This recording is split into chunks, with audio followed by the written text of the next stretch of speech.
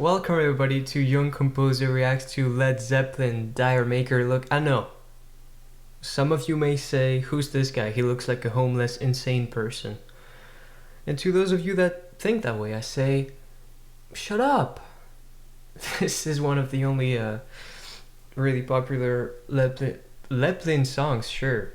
Zeppelin songs I haven't heard, and this is the third day with the Bill Gates chip inside my arm. Thanks a lot, Elon Musk.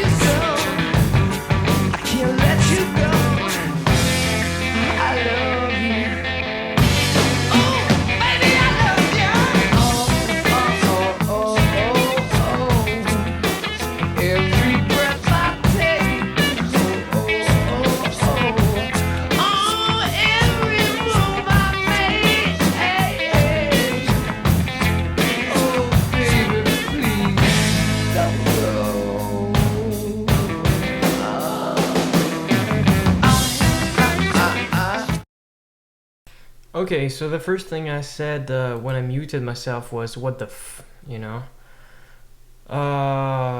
What? I did not expect that at all. So this is from 73. It's reggae. What? It's a reggae. But, you know, since they're not a reggae band, they keep stuff that's familiar to them. So for example, they swap out the guitar part that would be in reggae, usually it's a piano playing that, and Jimmy's playing an arpeggio instead of chords, and not a huge reggae guy in terms of what I listen to. I appreciate reggae, but I don't listen to a ton of it. But I haven't heard many arpeggios typically in reggae, so I thought that was pretty cool. I want to talk for a second about the vocal. This is something Rick Beato talked about a bunch, about how when you were recording vocals on tape, you wouldn't waste something that was close enough because it damages the tape after a while when you erase it to use it again. So people would just sing the thing, and whenever they were done with it, and it was like pretty good, they would keep it. And it depends, you know. Sometimes people would be perfectionists, and if you have a big budget, you can go and go and go again. But with Zeppelin, it's true that a bunch of Robert's lines were slightly off sometimes or something like that, but not in the sense like it was wrong or anything. It's just, it's not perfect. And around the 1 minute mark, you can sort of tell that the vocal gets a little loose, and I think it's pretty cool because right after that he really digs in with it, and it becomes much higher, much more powerful. So it just, when you can make those choices of having, you know, parts that aren't perfect, you can create dynamics, sorry. But if everything is pitch perfect, like with autotune or something, it's more difficult. So I actually dig that. I like the percussion like thing that you hear doing, like, I think that's actually that's actually just that. It's actually just a vocal that's mimicking percussion. So again, that's pretty cool. It shows you like, again, it's a reggae song by a band that's not a reggae band. So they just innovate in trying to achieve that sound, but not necessarily with the same means as reggae bands. And I mean, Bonzo is playing a really weird rhythm straight away from the beginning with those snares. It's actually quite straightforward. It's not anything crazy going on in terms of the metrics or whatever, but it's just disorienting, especially when you know it's Led Zeppelin. When you hear those first snares, you expect everything but a reggae song to happen after that. And I love the bass playing on this track with the pick. It's just so I don't know how to describe it. Beefy. Let's go with that.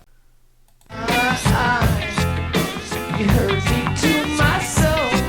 Oh, oh, oh, oh. You hurt me to my soul. Oh, oh, oh. Darling, please don't go.